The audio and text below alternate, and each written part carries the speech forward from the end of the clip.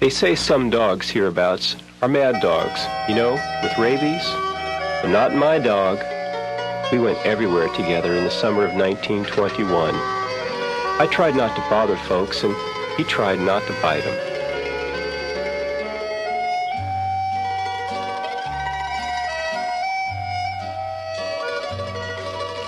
I remember the traveling annual people performing in front of the old Eller Hotel, the Italian man with a floppy felt hat from Philadelphia, with his hand turning the crank on his organ, his monkey with a tin cup.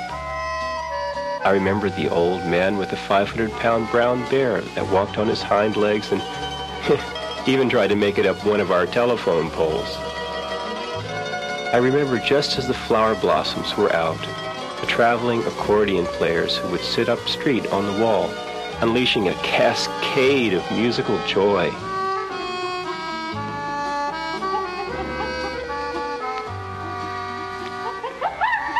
Like the Billmeyer boys, we'd visit Mr. Broma Seltzer Pendleton's candy store to suck up fireballs and chew on licorice strings. A nurse at school inspected our mouths and said most of us had cavities that belonged in the quarry at Blairton.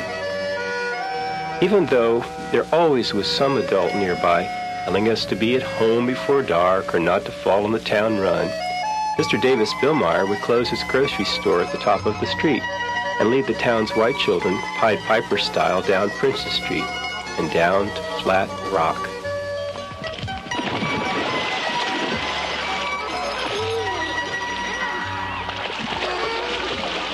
Except he didn't drown us like rats. He taught us how to make a clean running dive off the rock into the water, and so clear you could almost count the pebbles on the bottom in 5 feet of water. No more skinny dipping, though. You could see us from the railroad tracks. Even if Reverend Flickinger at the Dutch Reformed Church said Sunday had gone from a holy day to a holiday, the terrible heat that summer drove us in record numbers to the riverside. Princess Street became a swimming pool for Floyd Flickinger, Brooks Lucas, the Shipley, Hodges, and Melister boy on Sunday, September 4th. When a tremendous rain submerged Frog Island in the run and backed up, and it washed out a good bit of Ben Harps's produce in his nursery on King Street, which he tended in between his rural mail deliveries. At least he had some good cucumber dills to show at the fair. You know which one I mean, the Morgan Grove Fair?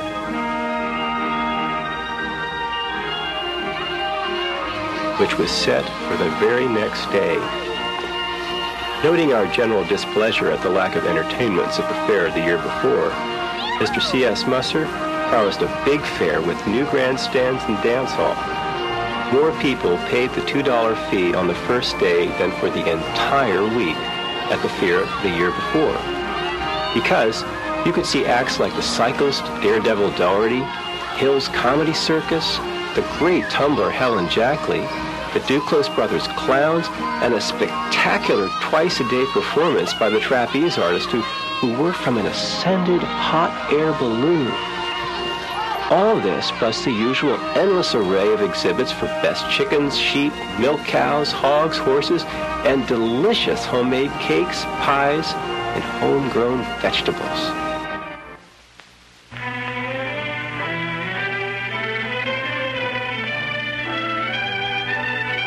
September meant, as it still does, back to school, too.